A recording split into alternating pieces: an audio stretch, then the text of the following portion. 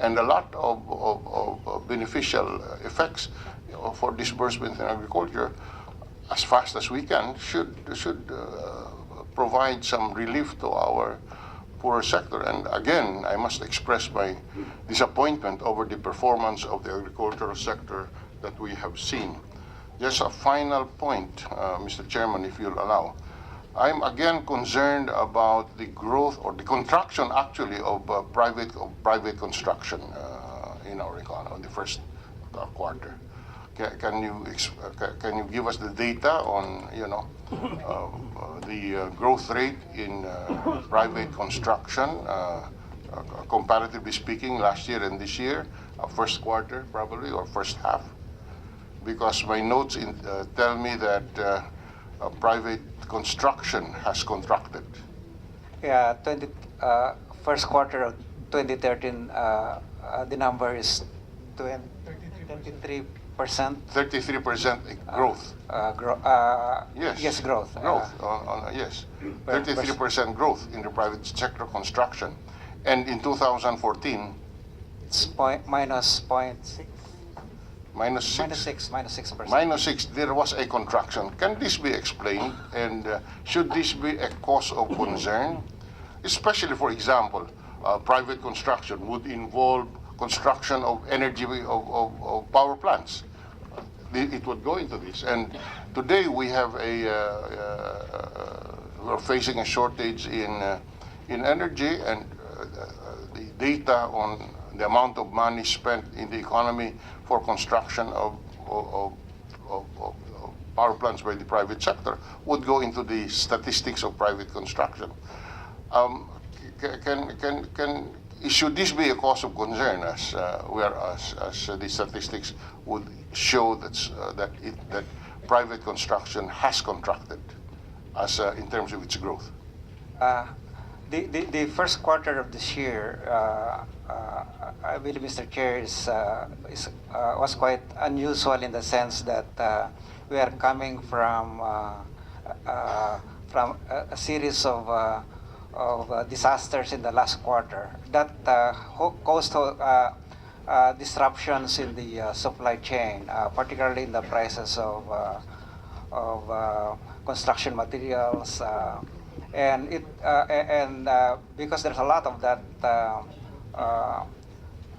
effects not only in the Yolanda affected areas but throughout the country. So my suspicion, sir, I don't have any evidence, but my suspicion is that that during the first quarter, investors, particularly those who are planning to expand their businesses, their plans could have postponed their decision until prices would stabilize.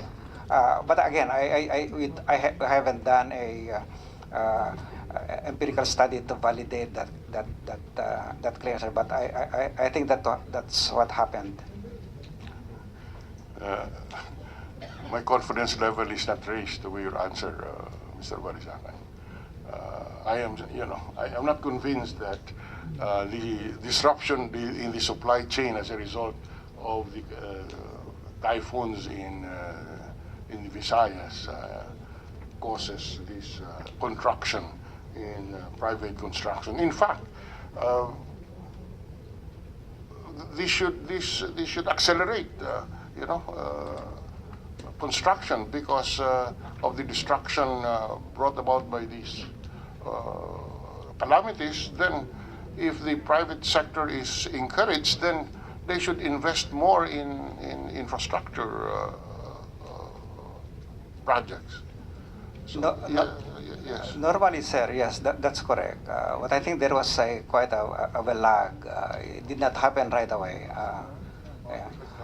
Secretary Balisacan, I don't think there's a lull insofar as the private sector construction on the rehab side is concerned, because even according to Secretary Lacson, private sector lang nga daw ho yung gumagawa doon, hindi ho yung gobyerno. And add to that the fact a while ago, as pointed out by Senator Drilon, on the consumption demand side, maliit na parte lang ang gobyerno, mas malaking parte yung private sector, sabi ni Secretary Purisima. But if private construction is, or contracted, in fact, did not go down but contracted, saan manggagaling yung growth na makikita natin o hinahanap natin? That's why I do think that there was such a lag, and I do think that a good part of the reconstruction and rehabilitation, even by the private sector, could have started picking up in the second quarter and third quarter. I hope to see that such numbers next month when our data for the or the end of next week when the data for the construction would come in. But please note that disasters happen in many parts of the country in the fourth quarter of last year. We have the Bohol earthquake. We have the one also in Central Luzon, and that could have. But I think that the other, I'm not discounting that there are other possible factors like as early as the early part of this year, there have been talks about interest rates coming up as a result of quantitative easing abroad, and that could impact on the country too. Inflation was also beginning to pick up, so that those could have affected business confidence. Right, just one final point on the revenue side. A number of measures were mentioned by Secretary Purisima, prominent among which is the rationalization of the tax incentives so that we can plug the loopholes in our tax program. But I noticed that up to now, the cabinet has not come up with a unified position on the rationalization of the tax incentive. We are still awaiting the version of the cabinet on the rationalization of the tax incentive. There is a dispute between the DTI and the Finance Department on this rationalization. Kailan ba nyo maibibigay sa amin ito? Secretary Purisima. Mr. Chair, we've reached agreement with the Department of Trade and Industry finally. Finally, after 4 years. And yes, sir, after many years. And we are submitting this week, sir, the consolidated, the revised common version of the bill that we've agreed to with the Department of Trade and Industry. And how much is the estimated revenue that can be generated by this rationalization? Would you have an idea? Because 10 years ago, this was already in the drawing board. 10 years ago. Up to 2% of GDP, sir, over a period of time. But it won't happen overnight, sir. Because, as you know, the incentives are granted over a period of Right. years. But I So- assume you have some program Yes, sir. on a yearly basis, just off the top of your head. How much would this generate on the average? Without putting you really Yeah. on a At commitment, its lowest, sir, 0.2% of GDP per year. No? which is roughly About 30 to 30 billion pesos. 30 billion pesos, Approximately. Yes. Now, will you also be open to a review of our tax brackets? Sir, I think once we pass the measures that we agreed to, as I mentioned earlier, we'd be open to review, to do a sir, we cannot tweak just one part. Our suggestion is we do a comprehensive review and we run models. No? If we tweak one, what happens to the overall system, so that we know what. So that it does not have to be sequential. Yes, sir. No, sir. It can be It should parallel. not be sequential because you're barely talking about 2 years left in this Yes, sir. administration. It can be parallel, sir. Huh? Yeah. So that it can be parallel, so that at the same time that we're looking at the rationalization of the Yes, sir. tax incentive, we will be looking at The whole including tax the structure. bracket, the tax structure bracket, because it Yeah. is so inequitable that we have not reviewed this tax bracket since what, 1997? Yes, sir. So- Since 1997, we're still, 1997 prices up to today, we're still using the same bracket. Yes, sir. So a review of the brackets, the rates, the exemptions, the Yes. whole I think would be preferred rather than specific parts of it that can I know, yeah. have unintended consequences. But I just don't want to emphasize that this should not be sequential. In other words, we will not be confronted with the situation na sasabihin nyo sa Kongreso, tapusin nyo muna itong tax incentive bago natin tingnan yung inyong tax bracket ng mga manggagawa sa pamahalaan? No, sir. O wag ganun, ha? No, sir. So simultaneous. So, yes, sir. So will you now submit your rationalization of the tax incentive, which you said will be submitted this week, together with the revised tax bracket? So that we'll do it together. Sir, we will do our homework first, sir, because on the incentives, sige. as you know, we worked maybe 15 years on that to get to where we are. Again. On the incentives, we've been on this debate for, I think, 19 years. So 19 years, yes. Oh. Yeah, but So baka naman mga half of that, mga 9 years itong ating tax bracket bago natin... with your support, sir, we hope to finish this within the next 2 years, sir. Which one? The review of the whole tax structure. No. Yeah. Ang usapan natin, Cesar, is that isabay natin yung rationalization of tax incentive at saka yung review ng tax bracket. Hindi pwedeng sequential na unahin mo muna yung revenue side mo pagkatapos titingnan natin yung tax bracket. Pwede ba sabi mo isabay natin? So can we have some idea or can we have some strategy here so that we'll consider this together? I commit to you, Yeah. we will not pass the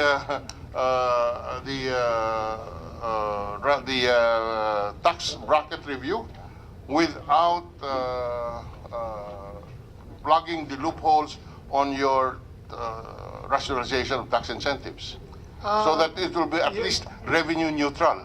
We will work with you, sir. I think we are all in agreement that there is no free lunch.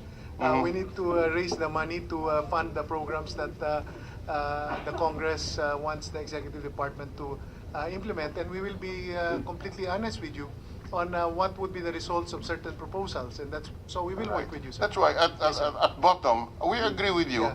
It should be at the very least revenue neutral, so that you review your tax bracket, which can, according to your style, it could result in some reduction in revenue, but at the same time, we have other measures which will enable us to recover whatever we have lost there. Mr. Chair, Yeah. our hope is actually the whole review would be result to revenue positive. Okay, because, fine. We're not yet where we are. In fact, Yeah. on infrastructure this year, our proposal is just 4% of GDP. Yeah. The benchmark, the minimum that countries should spend in infrastructure is 5% of GDP. In fact, our neighbors spend upwards of 7 to 8% of GDP. And I think these are parts of the puzzle, the pieces of the puzzle that would help us solve the unemployment problem, the poverty problem. Because as we speak now, we're challenged with port congestion, with the slight growth that we had. So, this all emanates from our ability to invest on infrastructure, on social services, and other areas. Talking about resources, I noticed that you said that our sin tax incremental collection exceeded budget or expectations in 2013. It was a reform measure which I had difficulty getting through. The lobbies, the propaganda, the lobbies against that measure, the attacks I was getting in the media because of some industry players was something that I had to live with. But for at least in 2013, we had 51 billion in incremental excise taxes from the sin tax. What is it in 2014? What is the projected collection? Give me a second. Sir.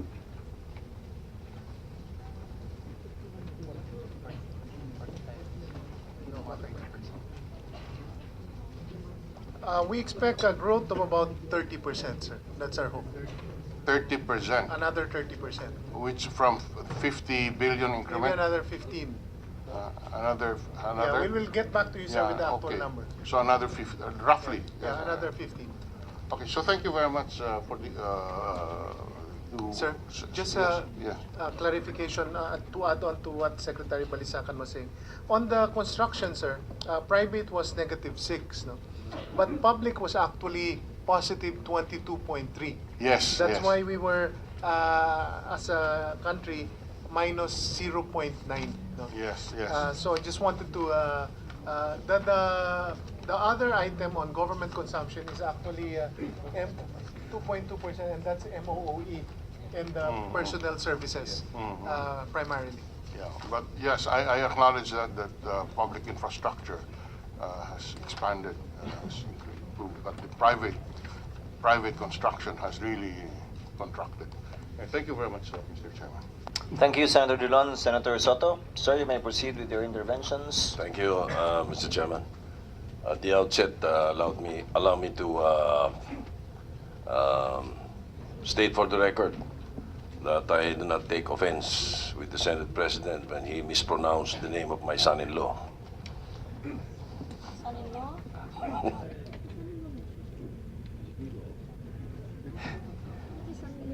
My son-in-law, Senator Pangilinan, because my firstborn daughter is Sharon. That's why.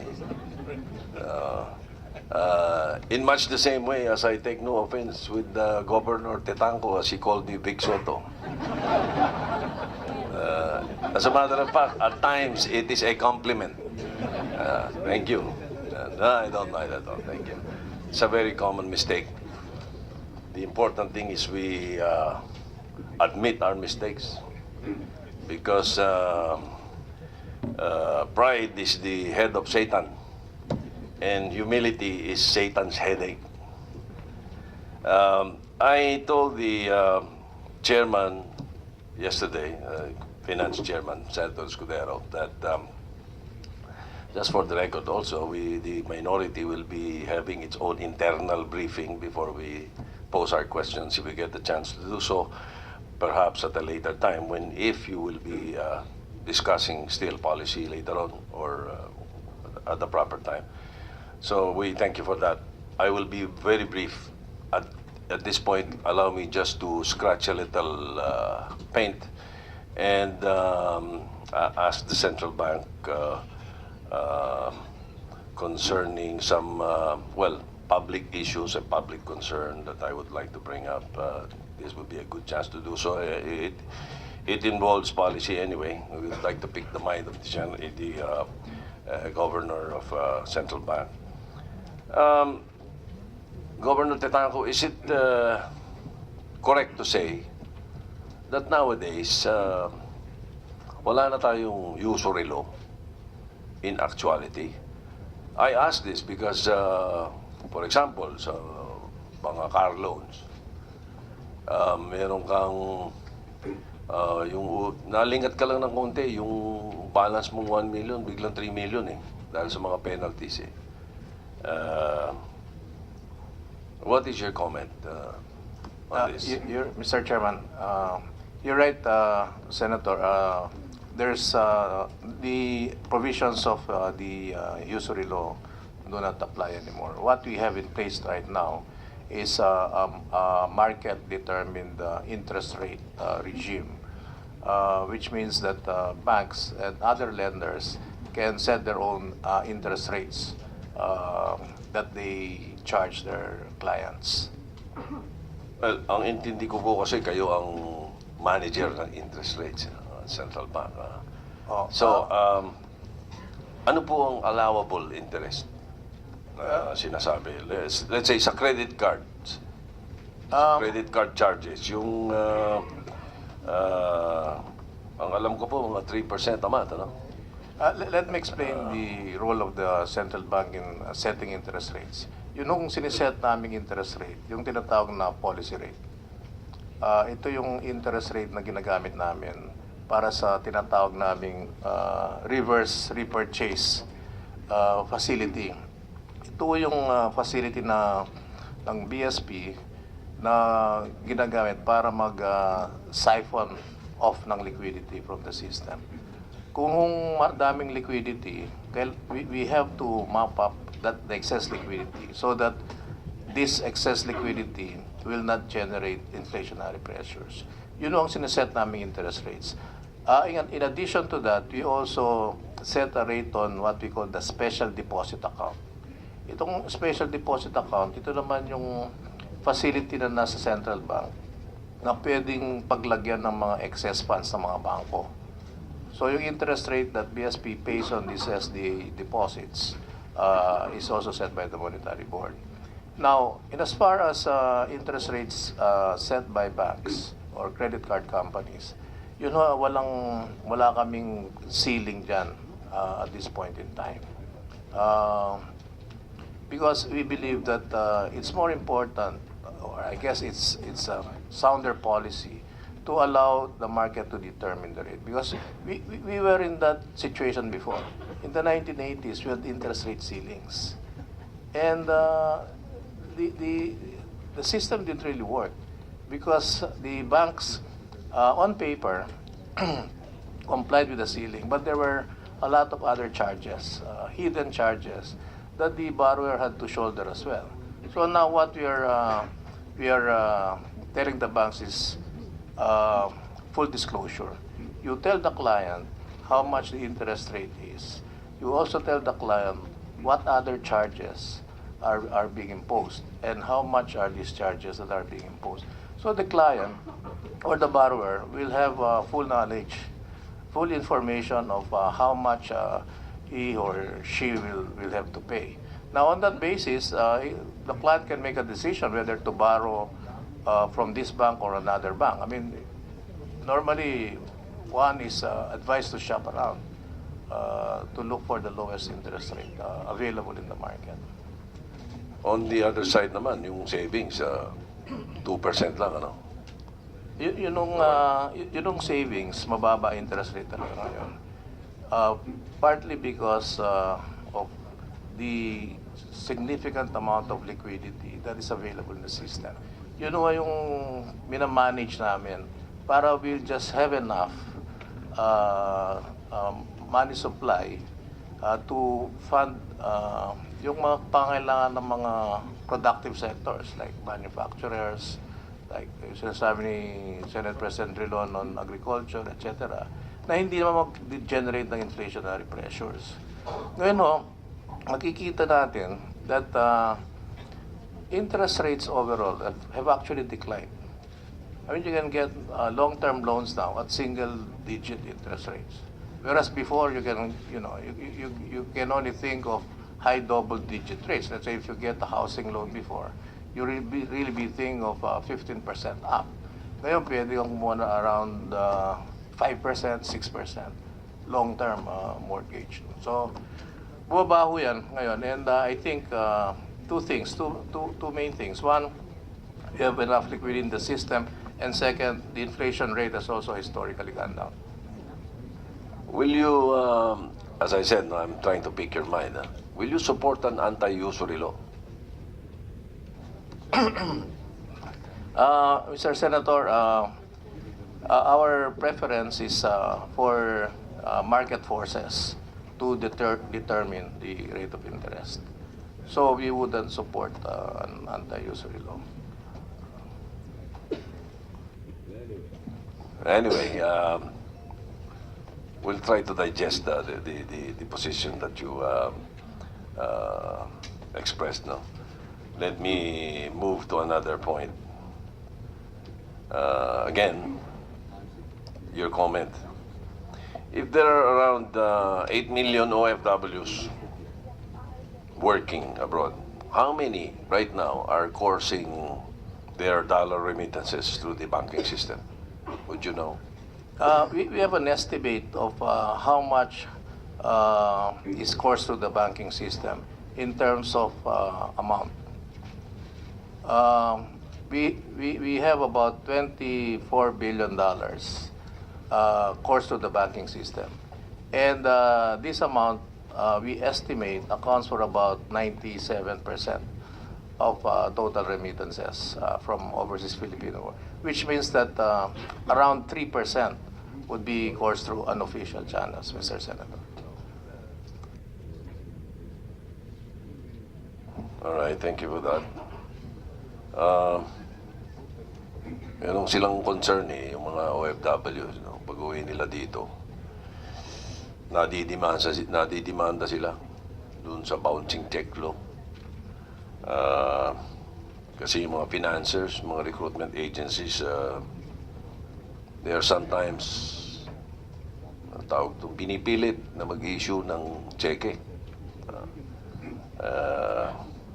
They are forced to issue a check. Sometimes they don't really have any intention to defraud. Good faith sabi nga will you be in favor, or the Bangko Sentral would be in favor in decriminalizing the bouncing check law? Civil na lang. We will have to think about that, Mr. Senator. But I think it's very important to maintain the integrity of the check system in the economy, because a large part of the financial transactions within the Philippine economy is still done through checks. So it's important that people have confidence, continue to have confidence in the check system. Now, our legal department is currently studying that particular proposal. I think whatever is going to be the result of that study, the underlying objective should be that confidence, integrity, confidence in and the integrity of the checks should be maintained. What if it's only for OFWs? Siguro, Senator, I-decriminalize natin ang bouncing check para sa OFWs. pwede nating pag-aralan. Pero kung di-decriminalize, civil suit na lang ang pwede. In my view, dapat sa lahat, instead of just providing this to a particular sector. All right, thank you.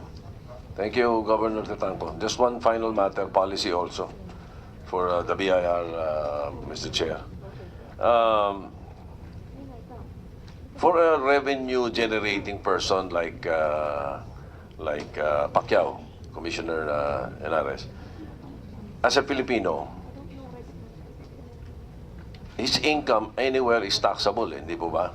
So, ang question ko po who has the first crack at his income? Tayo dahil Pilipino siya, o doon sa lugar kung saan siya nakipag-boxing at nanalo ng premyo? Kasi kung tayo una, tax credit na lang ng US, di ba? Pero pag una US, tax credit na lang tayo. Ganun po ba yan? Ano ba ang pananaw natin ng BIR doon? Depende ho yan, no? Kung may tax treaty ho tayo dun sa bansang pinaglabanan niya, no? Kasi kung sa US yun, meron ho tayong tax treaty, no? So, kung yung Pilipino kumita sa Amerika, babayaran niya muna yung buwis sa Amerika, tapos i-report niya ho yung income niya globally, tapos kukompute niya kung ano yung tax sa Pilipinas, tapos i-recognize natin yung binayaran niyang buwis sa Amerika, provided ho, lahat ho ito documented, no? So, ang Amerikano naman, kung kumita siya sa Pilipinas, ang unang magbubuwis sa kanya, ang Pilipinas, tapos nun, re-report naman ho niya sa Amerika, yung total income niya, at magkukompute siya ng buwis ng Amerika, at kukunin niya yung binayaran niya dito as tax credit ho. And we have a treaty with the United States, no? Yes, sir, we have. What about Macau? Do we have a treaty with No, Macau? we don't have any treaty with Macau. So, the law regarding country that we don't have treaty with, there's a provision ho sa tax code, may tax-sparing mechanism ho, no? Pwede hong gamitin yung binayad doon na buwis as a credit against Philippine income tax, no? Kung meron hong income tax siyang binayaran sa Macau. Pero I think Macau doesn't have an income tax. He only has a percentage tax. So, yung percentage tax, hindi ho niya pwedeng gamitin as credit against income tax. With the permission of the minority leader, because I recall when I was chairman of Foreign Relations, there were tax treaties that were ratified here in the Senate.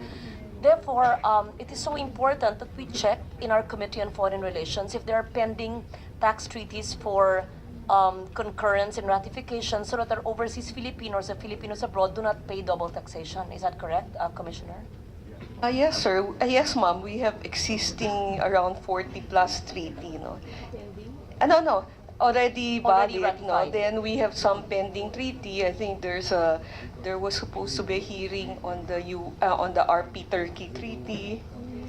And then we're negotiating some other treaty with other country, no?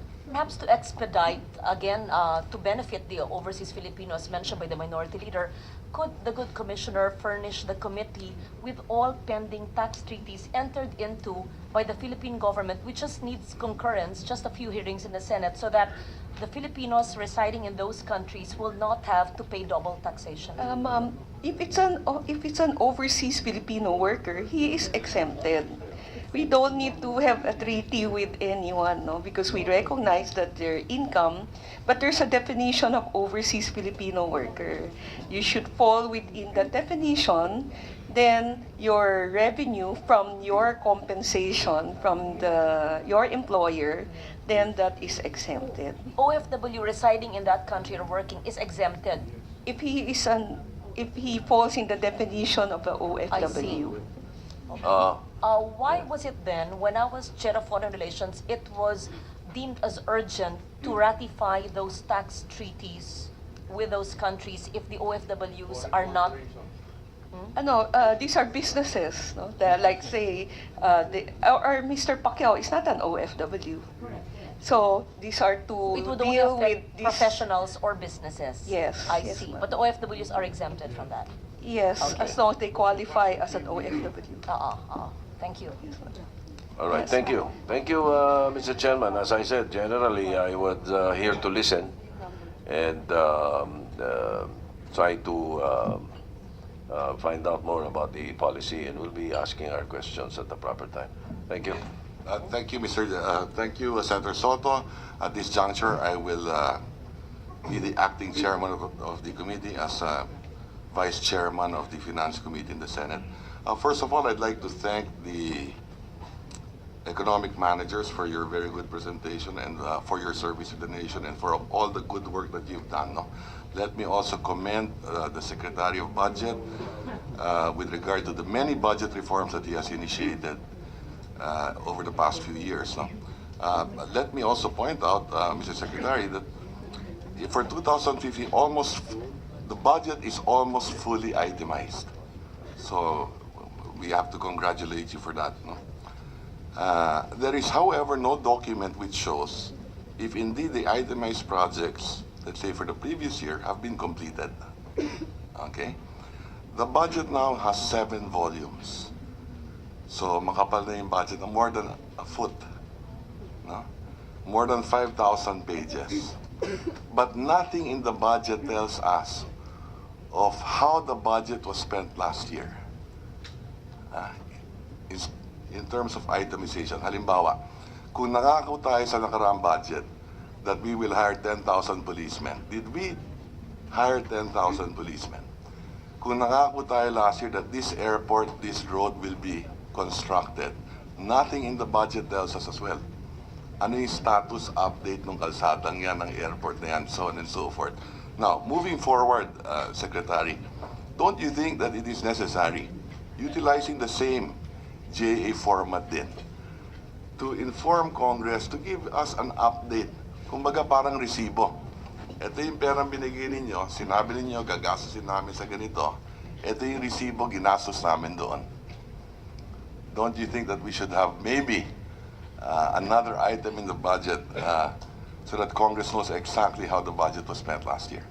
I fully agree, Mr. Chairman. In fact, the principle of budget integrity is something that we are looking forward to be able to do, which really means exactly as you had presented.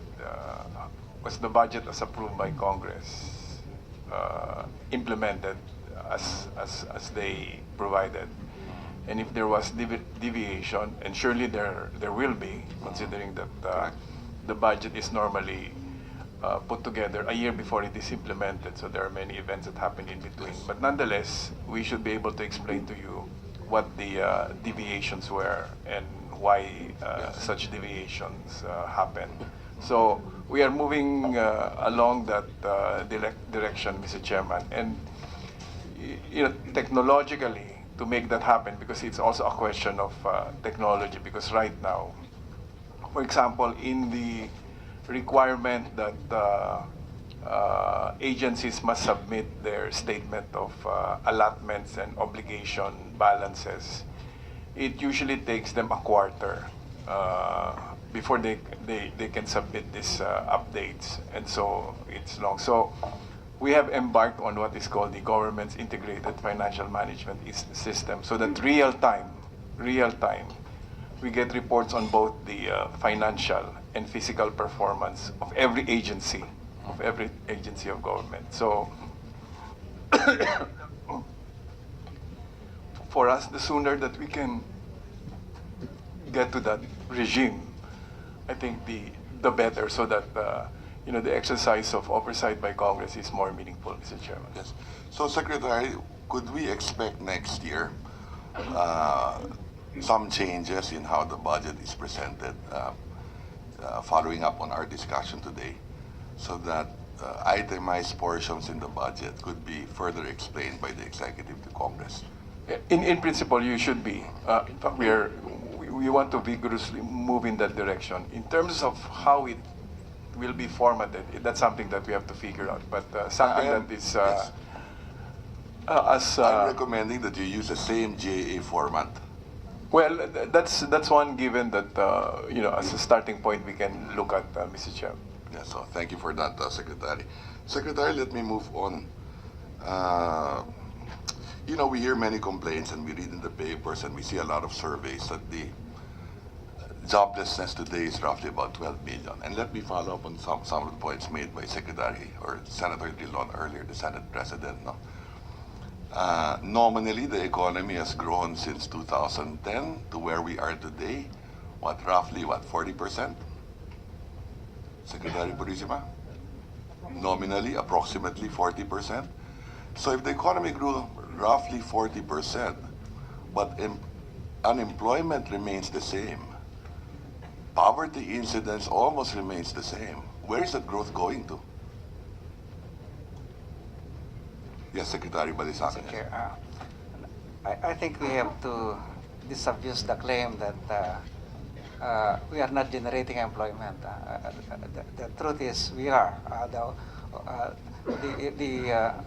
As I mentioned earlier, unemployment, the economy actually generated 1.7 million jobs in the first quarter compared to the comparable quarter in last year, and we also see the same pattern for poverty. The only issue is that the stock of the unemployed and underemployed is huge. It's very big, and then there are also additional members of the labor force coming in every year because of population growth. And while we are able to at least given the recent data, able to generate jobs, at the rate we are going, it will take several more years of rapid growth and particular investment to get that